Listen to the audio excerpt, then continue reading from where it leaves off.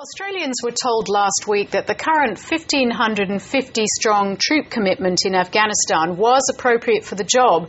This after the government faced new pressures about its defence commitments. Well, someone who's following developments in Afghanistan and Pakistan and indeed the world is the writer and filmmaker Tariq Ali. He's written more than 24 books on world history and politics, and he's taking part in the Festival of Dangerous Ideas at Sydney's Opera House this weekend.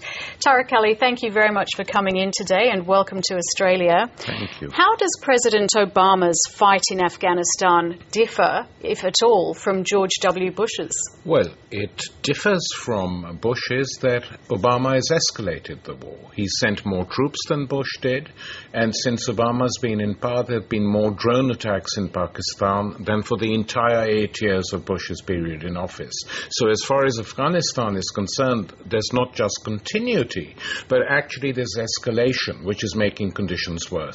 How does this affect countries who are part of that coalition or the international forces like Australia?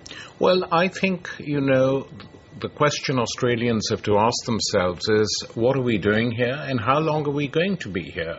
And the Europeans are doing the same. I mean, the interesting thing is that in the whole of Europe now, a majority of the population, the citizens are against the war, but the elites running the country are doing US bidding. Well, it's the same situation here. About 60% of the population are against the war. But what do we do in this situation? We've gone in there. We can't just bail out of a country that still needs a lot of help, can we? Well, the help Afghanistan needs is not military help. It needs reconstruction, it needs aid, it needs the creation of a social infrastructure. The military presence actually militates against all that, and the Australians should pull out. The Dutch have pulled out. A number of European countries are considering pulling out. There's no reason for Australian troops to be there. This is an American war. They're going to make all the decisions, and Australia should grow up now.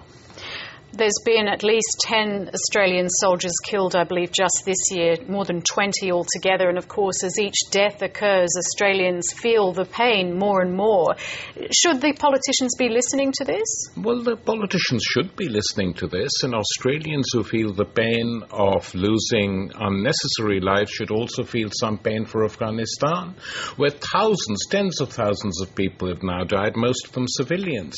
So this is a war which can't be won. All the American generals are at sixes and sevens about this. There's a new book out in the States which goes into this in great detail, and Obama is getting conflicting advice from his generals. Petraeus recently said this is a war we can't win, but it's a war which has to go on, which just doesn't make sense. What are the political aims of this war?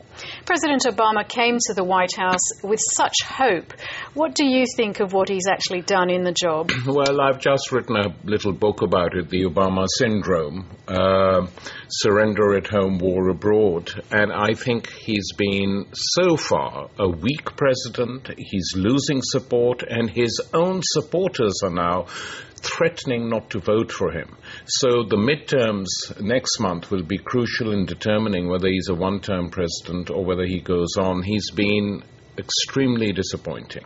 Tariq Ali, thank you so much for coming in today. Thank you.